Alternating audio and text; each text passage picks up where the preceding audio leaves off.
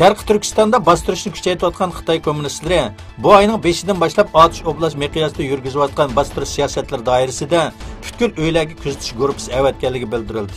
6 kishidan tashkil topgan bu guruhning har kuni bayroq chiqarish murosimidan keyin kent aholilarini bir yerga yig'ib, o'tmishda soqol qo'ygan, yog'liq tangan, uyda joynamaz saqlagan, uyi va etiz eriqlarda namoz o'qigan, uylarda dinni kitob saqlagan kishilarni o'tirg'i chiqarish to'g'risida buyruq berdiganligi o'tirg'i chiqdi.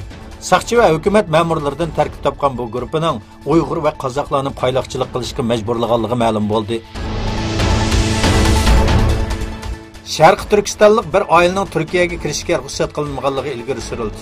Dünya Uyg'ur qurultiyining bayonotiga asoslanganda, Sharqi Turkistondagi yig'ilish lagerlari haqida dunyoni axborot bilan ta'minlagan Ömerbek Alining ayoli Ro'shangul Toshmuhammad va qizining Turkiyaga kirishga yo'l qo'yilmaganligi ro'shan bo'ldi.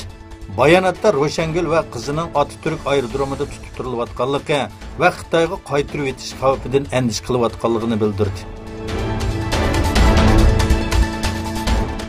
Birleşken Devletler Teşkilatı Kişilik Hukuk Komitetida Uyg'ur masalasi o'tirib qo'yildi. 18 sentyabr o'tkazilgan 39 navbatdagi yig'inga qatnashgan Dünya Uyg'ur qurultay hay'ati Sharqi Turkistondagi vaziyat va natsist lagerlarini o'tirg'i qo'ygandan keyin Avstraliya, Germaniya va Fransiya boshchiligida bir qancha davlat Xitoyga norozilik bildirdi.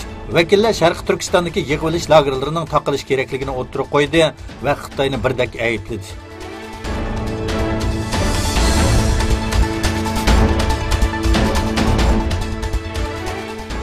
Yemen ve Saudiya Arabiston orasida 4 yildek vaqtdan buyon to'qinishlar uzluksiz davom qilmoqda.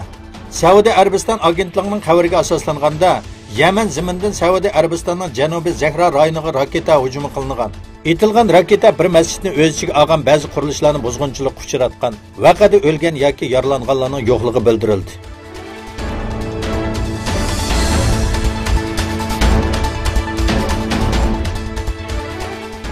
İşgaliyatçı Xitoy kommunistlari Sharqi Turkistondagi inson qalbidan chiqqan jinoyatlar bilan yig'ilish lagerlariga qamalgan va soni 1 milliondan 3 milliongacha deb taxmin qilinayotgan Uyg'ur va qozoqlarning vaziyati qarta islom dunyosi bo'lgan Malayziyadan mu inkas keldi.